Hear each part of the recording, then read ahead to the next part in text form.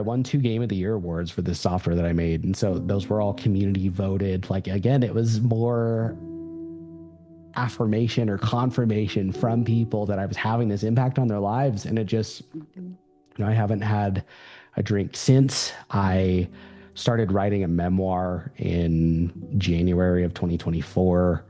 That's now, I just finished the 3rd draft recently and my editor has it. So we're working on through a couple rounds of editing, and then that'll be out in the world. I've started doing public speaking, and I have my own podcast, and I've started another business here. It's not out yet. I'm hoping to have the initial version out before the end of the year along with the book, but it is an education platform that is going to address some of these very issues that I had in college so that people with disabilities don't have to jump through hoops to get an education and then eventually to get a good high paying job, because unemployment is a huge issue in the disability community. But again, at the same time, this will be software that everyone can benefit from. Like, it will still be cutting edge technology that looks and functions normally for people like you who can see, but it'll just open doors for everyone else too.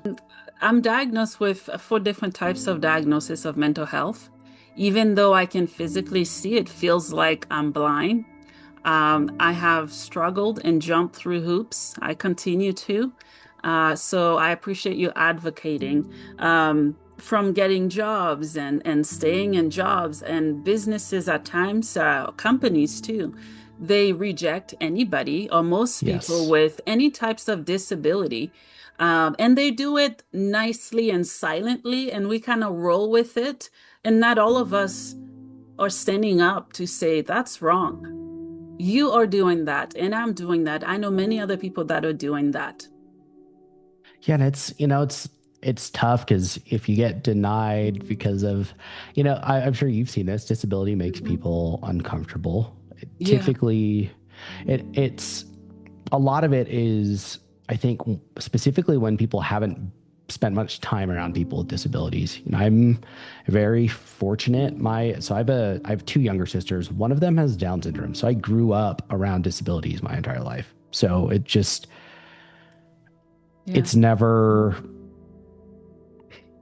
made me uncomfortable to be around people with disabilities. But now that I'm blind, I've seen how weird people can be around me until they get to know me. And I think that's where a lot of that comes from. And then it's also the perceived inability to do things.